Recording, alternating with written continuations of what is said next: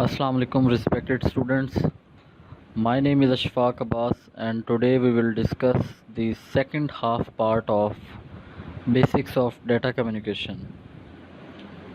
We were discussing about different components in a communication system, and in the first part we discussed about initially three different components of a computer system.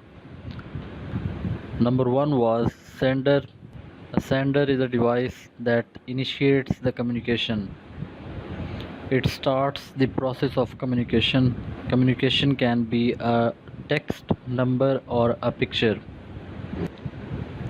It is also called a source. And then second part was a receiver. A receiver is a device that receives a message. It is also called a sink. It can be a computer or a printer. Then we discussed about messages. A message is a data or information that is shared between a sender and a receiver. It can be a text, a picture, a sound, or a video. A message in a data communication system is shared in the form of packets.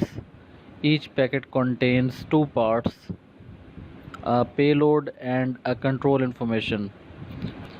Payload is the actual content of the message, whereas control information is the information about sender and a receiver.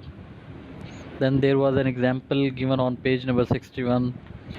It showed the process how a message can be sent from a sender to the receiver. Now we will discuss a new topic, which is protocol. So what is a protocol? A protocol is a formal agreement between two devices or two parties when they try to connect with each other. These are the set of rules that needs to be followed when two devices try to connect with each other. The most common example is we use Bluetooth devices, and whenever we try to transfer a file from our mobile to a computer or from one mobile to another mobile, then both the devices require some sort of rules to establish a connection between themselves. Then these set of rules are the network protocols or procedures that needs to be followed between sender and receiving device in order to establish a connection. Then the next topic is transmission medium. A transmission medium is a physical path that connects a sender and a receiver. This is the path through which data is transferred from a sending device to the receiving device. It can be a wired connection or a wireless connection. In case of Bluetooth devices, we connect two devices wirelessly. जब हम Bluetooth के साथ connection बनाते हैं तो हमारी दो devices wirelessly connect होती हैं.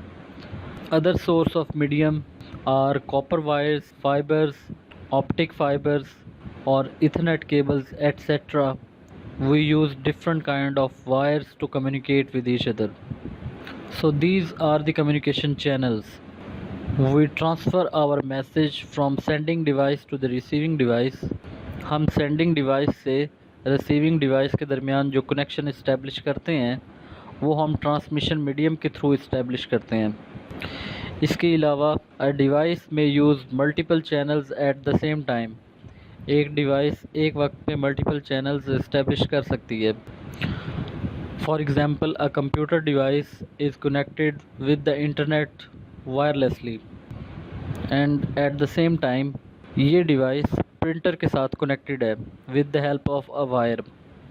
So it has established multiple communication channels. ये इंटरनेट के साथ डिवाइस भी कनेक्टेड है जिसके ज़रिए ये ईमेल्स वगैरह सेंड और रिसीव कर रही है, और इसके अलावा ये प्रिंटर के साथ with the help of wire connected है जिसके ज़रिए ये प्रिंट आउट हमें हार्ड फॉर्म में प्रोवाइड कर रहा है. So a device can have multiple transmission medium at the same time. In the next lesson we will discuss about different computer network models, and till then अपना बहुत सारा ख्याल रखिएगा. Allah Hafiz. Thank you very much.